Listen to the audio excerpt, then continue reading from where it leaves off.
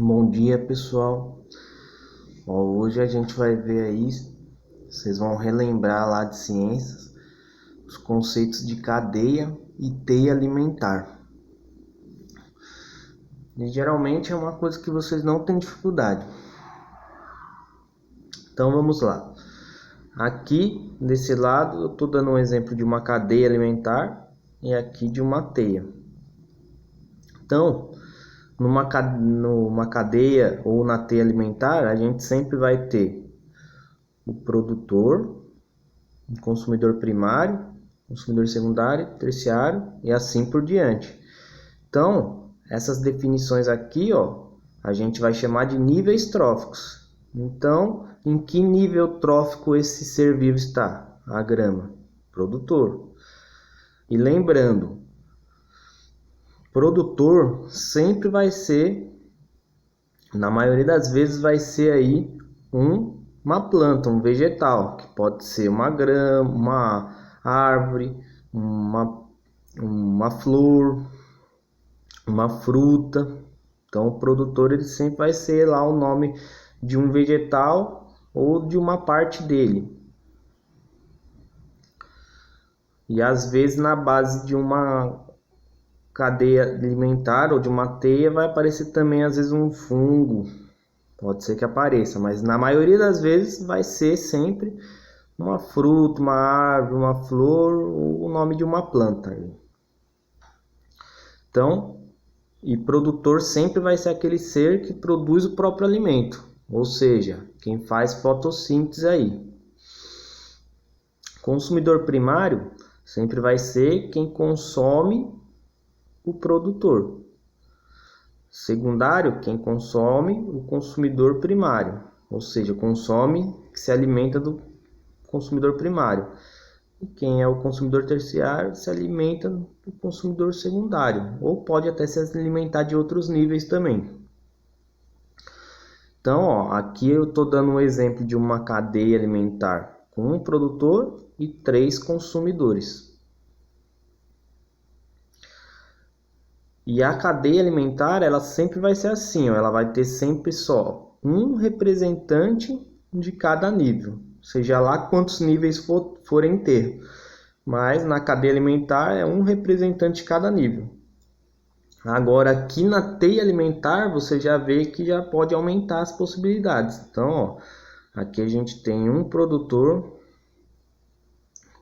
um consumidor primário, outro consumidor primário, um consumidor secundário e um consumidor terciário, e que pode ser secundário também. Então, se a gente for analisar por esse caminho aqui, grama, cavalo, onça, ele é consumidor secundário. Se for por aqui, grama, grilo, coati, onça, ele é consumidor terciário. Então, na teia alimentar, um ser vivo, um animal, pode ter duas definições também. E na teia alimentar, você está vendo que tem mais de um representante de cada nível.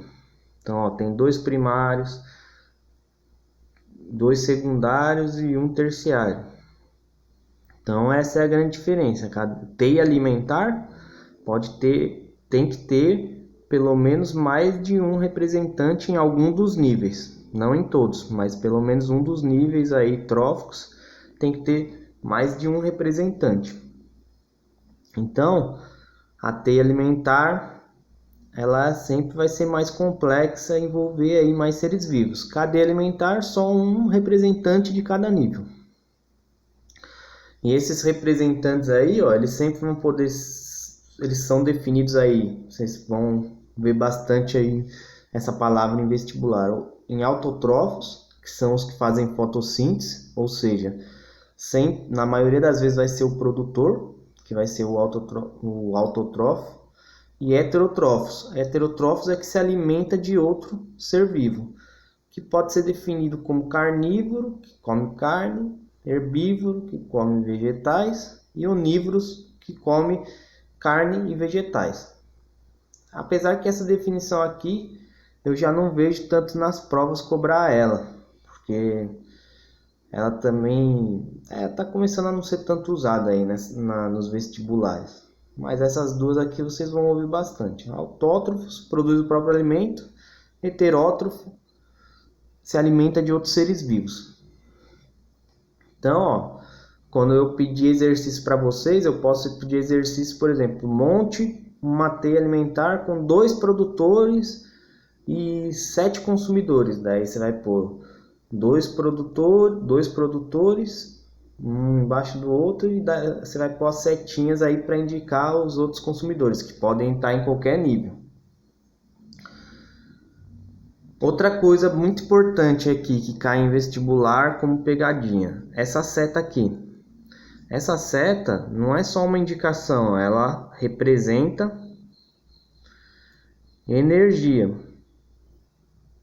Então, ó, quando a gente se alimenta, a gente não está adquirindo energia. Quando a gente come um alimento, a gente adquire energia. Então, a seta ela sempre vai indicar para onde está indo a energia. Então, se o grilo se alimenta da grama, a energia está indo para ele. Se o coati se alimenta do grilo, a energia está indo para ele. Então, toma cuidado com o sentido da energia. E isso cai muito no Enem, nos vestibulares, cai muito com seta invertida para enganar vocês aí. Então, se essa seta tivesse aqui, ó, se essa seta tivesse invertida, eu estaria falando o que aqui, ó? Estaria falando que o grilo se alimenta do coati. Então, o sentido da seta é muito importante. Então, ó, aqui está errado. E eles fazem muito isso aí nas provas. Eles têm uma cadeia alimentar montada, em algum lugar a seta está invertida. Então, toma cuidado com isso. Seta significa energia. Para onde que a energia está indo? Que energia? Aqui o animal tá ganhando consumindo o alimento. Então, ó, quando eu for dar as atividades vai ser isso. Para vocês treinarem um pouco, eu vou pedir para vocês montarem uma teia alimentar com tantos representantes. E lembrando também, ó, na teia alimentar dá para você destacar cadeias. Por exemplo, nessa teia alimentar aqui eu consigo destacar 2 cadeias alimentares. Ó. Se eu pegasse só a grama, o grilo, o coati e a onça, numa linha reta, eu teria uma cadeia. Se eu pegasse a grama, o cavalo e a onça, eu teria outra cadeia. Então, tá vendo? Dentro dessa teia alimentar, eu consigo tirar 2 cadeias alimentares.